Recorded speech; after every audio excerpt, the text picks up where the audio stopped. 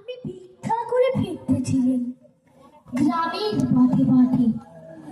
তুমি তখন চলেছিলে তোমার স্বর্ণ রথে, অপূর্ব এক স্বপ্ন সম লাগতেছিল চোখে মম। কি বিচিত্র শোভা তোমার, কি বিচিত্র সাজ। আমি মনে ভাবতেছিলে কোন মহারাজ আজ শুভক্ষণে রাত পোহালো।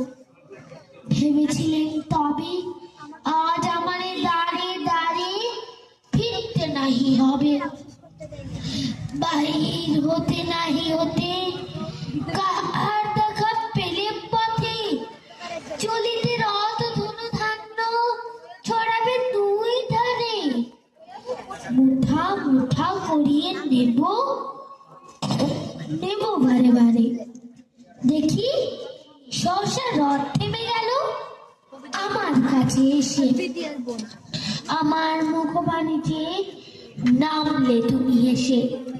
দেখে মুখের প্রসন্নতা জুড়িয়ে গেল সকল ব্যথা। হেন কালে কিসের লাগে তুমি অকস্মাৎ, আমায় কিছু দাও গো বলে বাড়িয়ে দিলে হাত। বলি একই কথা রাজাধিরাজ, আমায় দাও গো কিছু।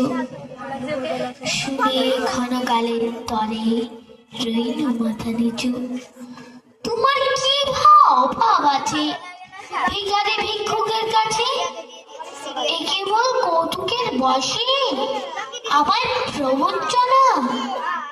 ছেলে হাতে দিলেন তুলে একটি ছোট কণা, জবে পাত্রখানি ঘরে এনে উজাড় করি। একই ভিক্ষা মাঝে একটি ছোট সোনার কণা দেখি। দিলেন যে রাজ ভিখারি রে, স্বর্ণ হয়ে এলো ফিরে। তখন কাঁদি চোখের জলে দুটি নয়ন ভরে। তোমায় কেন দেননি আমার সকল শূন্য করে নমস্কার।